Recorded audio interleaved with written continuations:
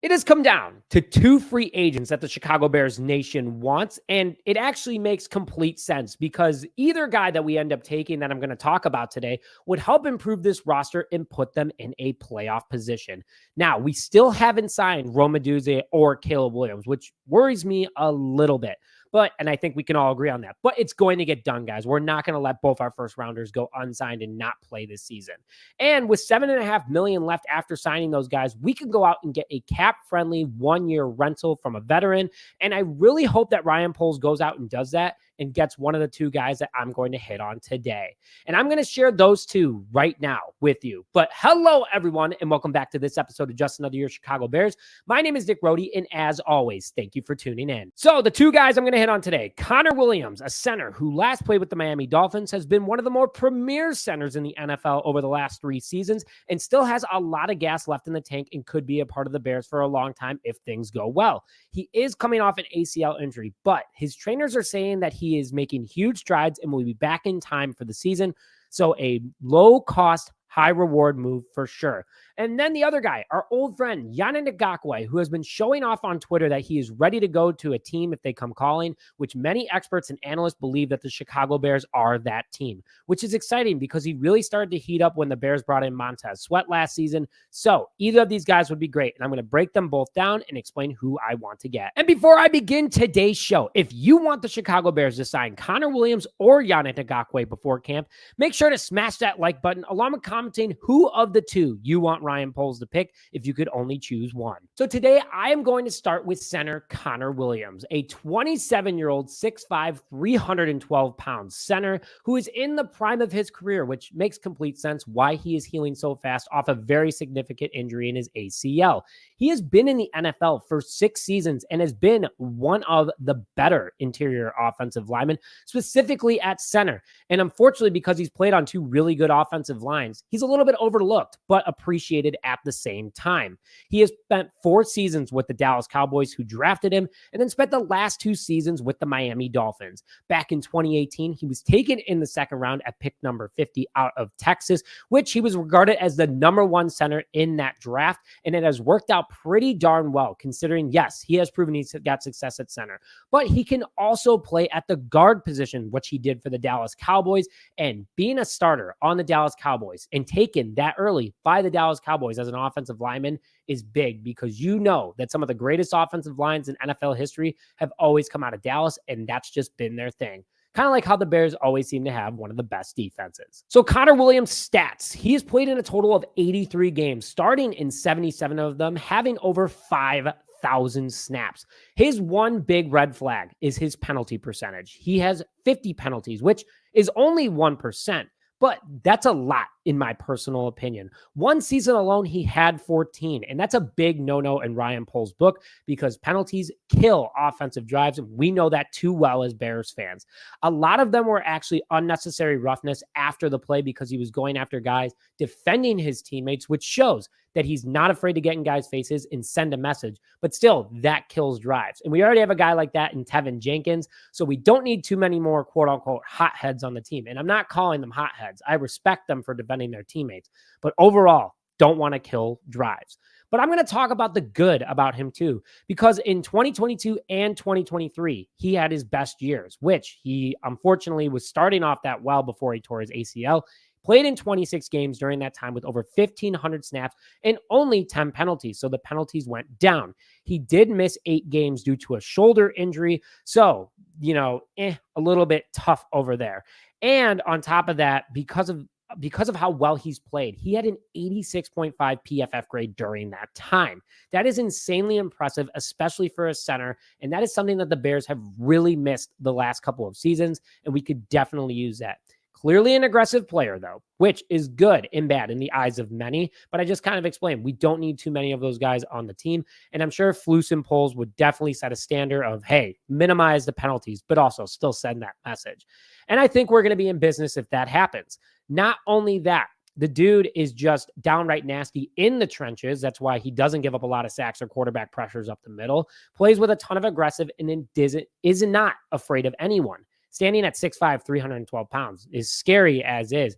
But someone who plays football how it should be and how he plays it, that is someone that I want on the Chicago Bears defending Caleb Williams.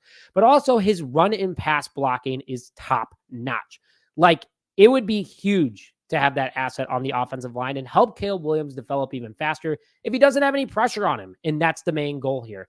Not only that, Williams also is very good at picking up double teams and reading out blitz packages. His vision is very solid for NFL centers, and which is why he is super effective. So if he can stop getting penalized so darn much, he could be one of the most legitimate centers in the league. Kind of reminds me of Olin Kreutz a little bit with his aggressive style, and I love that because when we had Kreutz, the interior of the offensive line seemed to always be in good shape. So Connor Williams would be a very solid signing. The second guy I'm going to hit on today, who would be on the other side of the ball, would be Yannick Ngakoue, who we all know well from playing for the Bears last year. He is 29 years old, will be 30 at the beginning of the season, and he had a down year last year for the Chicago Bears, but could be the comeback player of the year if he performs like he did in the second half of last year. He's been in the NFL for 9 years, so he understands this league. He knows what it takes to be successful, and he knows Matt Eberflus's defense from his time with the Colts and now with the Chicago Bears. Standing at 6'2", 246 pounds, he has been across a plethora of teams. He's played for the Jaguars, played for the Vikings, played for the Ravens, the Raiders, the Colts, and now the Chicago Bears. Back in 2016, he was drafted at 69 overall from Maryland by the Jacksonville Jaguars, where he started his career. And listen, late edges work out clearly. Maybe we see that in Austin Booker. And he's been one of the league's best in the late 2010s and early 2020s. I would absolutely take another shot at Yannick Ngakoue. No doubt about that. Because in his career, his stats show for that.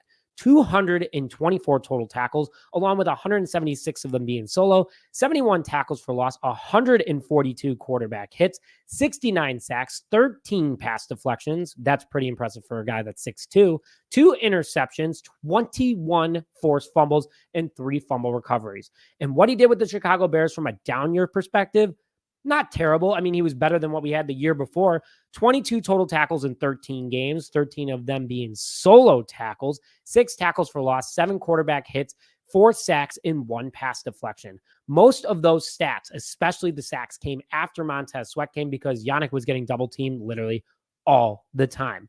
And his career year with the Jags back in 2018 is what I'm really looking at. 28 total tackles, 25 of them being solo, 13 tackles for loss, 33 quarterback hits, and 9.5 sacks. Yeah, he was doing his strict job of creating quarterback pressure, and that's what the Bears need. We have plenty of run stoppers. We have great linebackers. We have a fantastic secondary, and we have a pretty good defensive line up the middle, again, in my personal opinion, which is going to shock a lot of people. And we paid him last year $10.5 million to be that guy. Would love to pay him a little bit less, put some incentives in there. He's coming back to a team that was the number 1 defense in the second half of the year last year, and he can clearly revamp his career. He's a backfield wrecker. He struggles against the run, though. But again, that we're hiring him to get after the quarterback.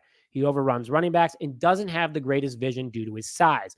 But a ton of help from a linebacker standpoint. Yannick can truly focus on creating pressure on the quarterback and would be another great addition to this Bears team. So what you guys are here for and what I want to say, who do I want out of these two? Well, I really think our offensive line is going to be better than people think, like I kind of said with our interior defensive line. And we went out and got Ryan Bates and Coleman Shelton up the middle for depth and a starting position at center, which is a huge upgrade. Not only that, that Connor Williams ACL injury scares me a little bit. Not going to lie. I mean, we know Chicago sports and ACLs. They don't go well together, guys. We all know that.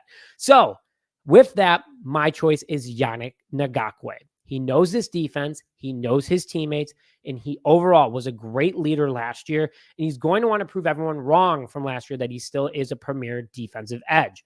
I think that it would be a huge addition to this defense, creating a lot of pressure. And again, we'd bring him in to not only do his job, but also mentor Austin Booker. Either option is great. And if we sign Connor Williams over Yannick Ngakoue, I'm ecstatic about it. But I think that injury status does scare Ryan Poles a little bit, also should scare us as fans.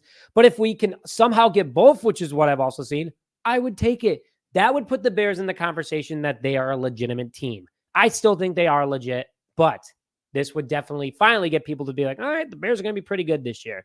I don't think we'll get both, but we'll see. And I want to hear your thoughts in the comment section. I want to see who's voting who more. So let's hear it in the comments right now. Make sure you put who you want in the comment section below, or even if there's another player. I mean, Emmanuel Agba has been in the conversation too, so would love to hear your guys' thoughts on that. But overall, please hit that like button on this video. It's a tremendous help. Comment your thoughts. And also, please subscribe to the channel if you haven't already. Let's get as many Bears fans following as possible because camp is coming up, and I can't wait to cover it for you guys. But with that, thank you as always for tuning this episode of Just Another Year Chicago Bears. Let's hear it loud and proud, baby. My name is Nick Rhodey, and as always, bear down, baby.